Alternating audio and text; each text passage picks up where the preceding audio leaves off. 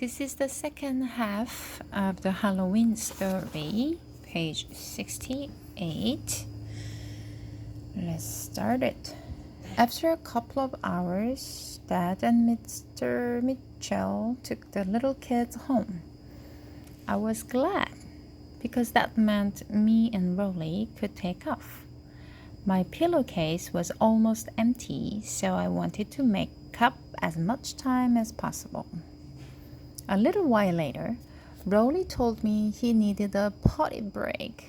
I made him hold up for another 45 minutes, but by the time we got to my grandma's house, it was pretty clear that if I didn't let Rolly use the bathroom, it was gonna get messy. So I told Rolly if he wasn't back outside in 1 minute, I was gonna start helping myself to his candy. Look at Rolly is cursing his legs.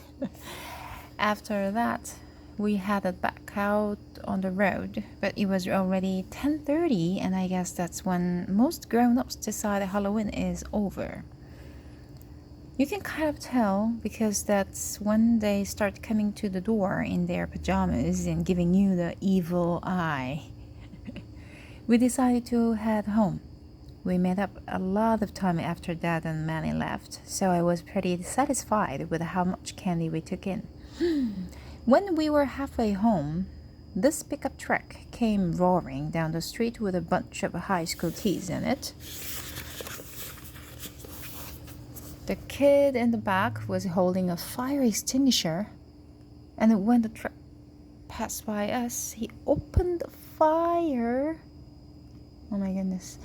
I have to give Rolly credit because he blocked about 95% of the water with his shield. And if he hadn't done that, all our candy would have gotten soaked. When the truck drove away, I yelled out something that I regretted about 2 seconds later. "We're calling the cops." The driver slammed on the brakes and he turned his truck around. Me and Rolly started running, but those guys were right on our heels.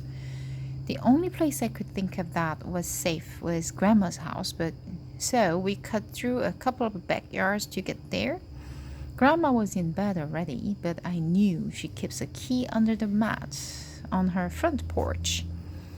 Once we got inside, I looked out the window to see if those guys had followed us, and sure enough, they did. I tried to trick them into leaving, but they wouldn't budge.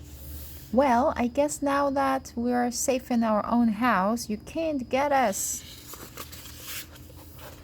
After a while, we realized the teenagers were going to wait us out, so we decided we were just gonna have to spend the night at Grandma's. That's when we started getting cocky, making monkey noises at the teenagers and whatnot. Well, at least I was making monkey noises. Rolly was kind of making owl noises, but I guess it was the same general idea. Ooh, ooh, ee, ee. Ooh.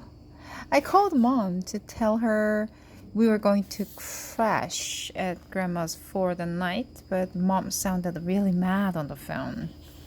She said it was a school night and that we had to get home right that instant, so that meant we were gonna have to make a run for it.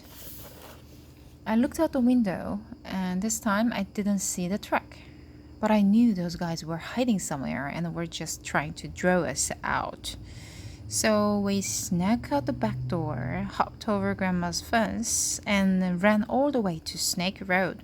I figured our chances were better there because there aren't any street lights. Snake Road is scary enough on its own without having a truckload of teenagers hunting you down. Every time we saw a car coming, we dove into the bushes. It must have taken us a half hour to go 100 yards. But believe it or not, we made it all the way home without getting caught. Neither one of us let our guard down until we got to my driveway. But right then, there was this awful scream, and we saw a big wave of water coming toward us. Man, I forgot all about that, and we totally paid the price for it. Oh my goodness. When me and Rolly got inside, we laid out all our candy on the kitchen table. The only things we could salvage were a couple of mints that were wrapped in cellophane and the toothbrushes Mr. Garrison gave us. I think next Halloween I will just stay home and munch some Butterfingers from the bowl Mom keeps on top of the refrigerator. That's sad. Sad Halloween.